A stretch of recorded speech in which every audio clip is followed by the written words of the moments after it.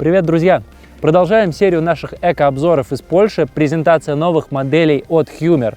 И сегодня у нас обзор на интересный прицеп Iriba Feeling. Ну, а что интересного, я думаю, вы уже сами заметили, что-то такое на крыше.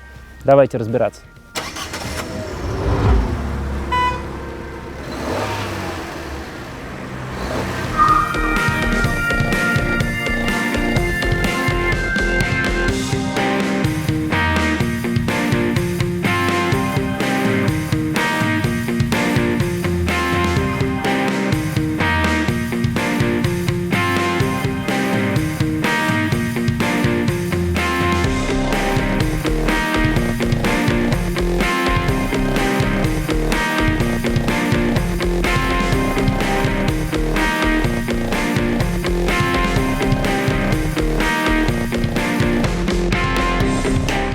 Iriba Feeling — это такой эконом или средний класс, так сказать, среди прицепов от Hymer. Ну, Hymer — это всегда вообще в целом достаточно высокая линейка по своему уровню, по своему качеству.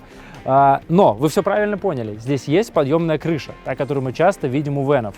Сейчас мы обязательно посмотрим с вами и внутри, и снаружи, но хочу предупредить, что, к сожалению, я не могу сейчас вам назвать цену и не могу назвать какие-то технические характеристики, потому что они здесь просто не представлены. Поэтому переходите по ссылке в описании, там будет вся техническая информация. Я, конечно, видел уже в каталогах подобную подъемную кровать у прицепов, но, честно говоря, вживую вижу в первый раз. Первый нюанс, который бросается в глаза, это маленькая дверь. То есть, вот мой рост 1,80 м, и чтобы войти, нужно, конечно же, пригнуться. Следующее, я зашел внутрь и думаю, так, ну потолок мне вот тоже очень упирается в голову, абсолютно неудобно. Но очень быстро я понял, что это вообще не проблема. Мы чуть-чуть толкаем матрас вверх, и у нас образуется просто огромное пространство. Здесь даже, наверное, с 2.10, 2.30 будет очень комфортно. То есть это огромное преимущество этого прицепа, что в дневное время, когда вы пользуетесь, ходите, готовите, у вас очень много места над головой. Ну а в ночное время мы опускаем кровать, и у нас образуются дополнительные спальные места.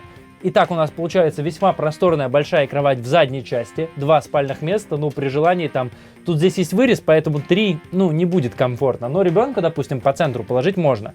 У нас есть из столовой группы, получается еще одно место, ну такое дополнительное гостевое, 5-е оно, наверное, считается, и полноценная большая, ну такая летняя кровать на крыше. В спальне все простенько, лаконично, но при этом весьма изящно. Очень хорошие материалы, из которых все сделано, все такое приятное, монументальное на ощупь. Есть светодиодные фонарики в изголовье, но сейчас они, к сожалению, не включаются, но с режимом ночника мы такие видели. Просто кемпер не подключен к сети. Под кроватью у нас есть, конечно, место для хранения вещей, причем как под одной частью, так и под другой. Места здесь достаточно много. Также здесь расположен бак с чистой водой. Точно объем бака сейчас не скажу, ищите по ссылке в описании, но на первый взгляд это литров 50 у нас здесь. Далее у нас идут гардероб и небольшой шкаф, и после санузел. Санузел тоже есть интересный такой момент, мы уже с вами встречали это в другом прицепе. Когда мы закрываем дверь, у нас наверху немножко остается дырочка, отверстие такое в потолке. Если мы опустим кровать, его не будет, но, как мы помним, будет достаточно низко, так что все зависит от вашего роста. Но у этого есть и плюс, то, что у вас много места над головой, когда вы здесь находитесь, и если никого нет в прицепе, то это, в принципе, не проблема. Размер здесь. Пространство весьма стандартный такой для прицепов, компактный. Есть туалет Тетфор с электросмывом, раковина. Но здесь конкретно вот в том, что представлено на выставке, я не вижу душа. То есть его нет, нету шторок, которые будут закрывать фасады. Поэтому конкретно здесь, по идее, душа нет, но я вижу в ногах поддон. Так что это какая-то промежуточная версия. По всей видимости, судя по поддону, здесь душ может быть. Кухня порадовала своей рабочей поверхностью. Здесь у нас вот, когда даже если мы откроем газовую плиту и откроем раковину, у нас остается достаточно много рабочей поверхности, что действительно приятно. Но если еще все это закрыть, то мы выиграем дополнительное место.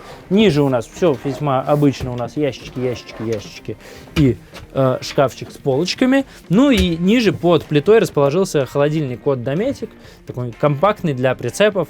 Работает от электричества, сети 220-12 вольт. Со столовой все по классике, как я уже ранее сказал, здесь образуется дополнительное спальное место. Ну а под сиденьями у нас есть еще место для хранения вещей.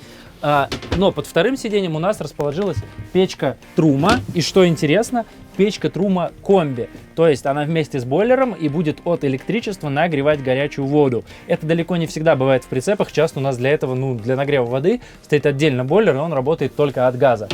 Это классно. И что дальше? Дальше идем наверх. На самом деле наверху на кровати ничего особенного такого нет. Стандартная кровать, которую мы видим, например, на крышах венов. Просторно, много места, удобно. Хотя все-таки на один нюанс хочу обратить ваше внимание. Здесь есть люк на крыше, и когда мы опускаем, он обеспечивает дополнительное освещение в столовой группе, а когда поднимаем крышу, это дополнительное освещение здесь, например, при закрытых шторах, когда, например, на улице прохладно. В Hummer нам на презентации говорили о том, что многие жаловались на то, что с подъемными крышами вот мало света. И сейчас сделали вот этот люк. Кстати, подобное нам обещали и в венах. У нас будет еще обзор, поэтому подписывайтесь, чтобы не пропустить. Посмотрим, как это реализовано в венах.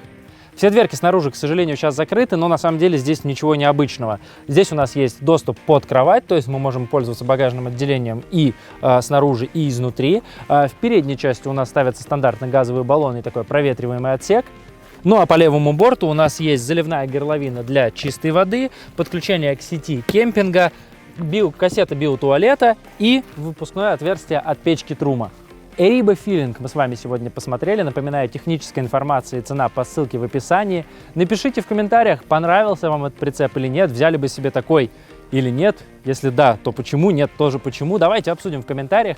Если вам не хватило какой-то информации, задавайте вопросы также в комментариях, мы постараемся там вам ответить. Меня зовут Антон. До новых встреч. Пока.